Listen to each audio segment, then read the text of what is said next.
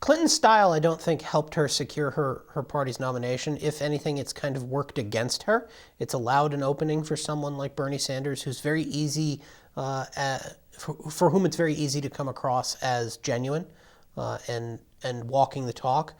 So her style actually worked against her in the Democratic primary, whereas Trump, it's his style that got him the nomination.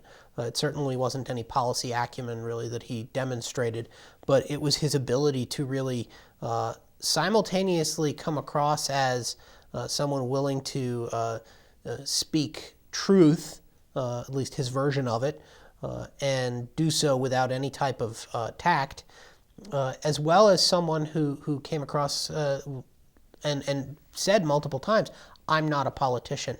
So his offenses were forgiven for not being part of the political class, which allowed him to actually to do what he did, what people knew him for from his television show, which is be brusque and aggressive and nasty. I think that his ability to come up with really quick, demeaning nicknames for his fellow candidates really helped him become successful in the primaries. Well, I think negative ads do work. And the data really does bear this out. Study after study shows that people decry and really don't want negative ads, and yet negative ads produce the results that candidates want. Whether it's voting for a particular candidate, choosing to vote against a particular candidate, or not showing up at the polls, negative ads work.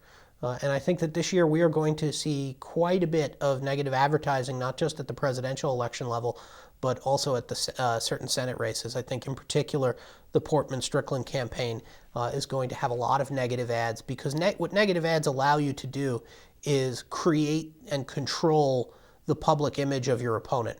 And that's what I think will be advantageous for the Portman-Strickland race, because both candidates are relatively unknown.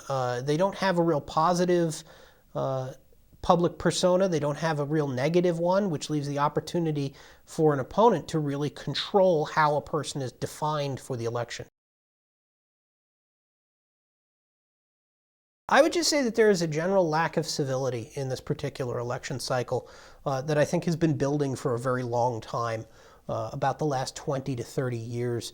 I think you can trace it back to Newt Gingrich's speakership and the Contract for America, which started off quite well, but took a rather significant detour when they decided to impeach the president, Bill Clinton.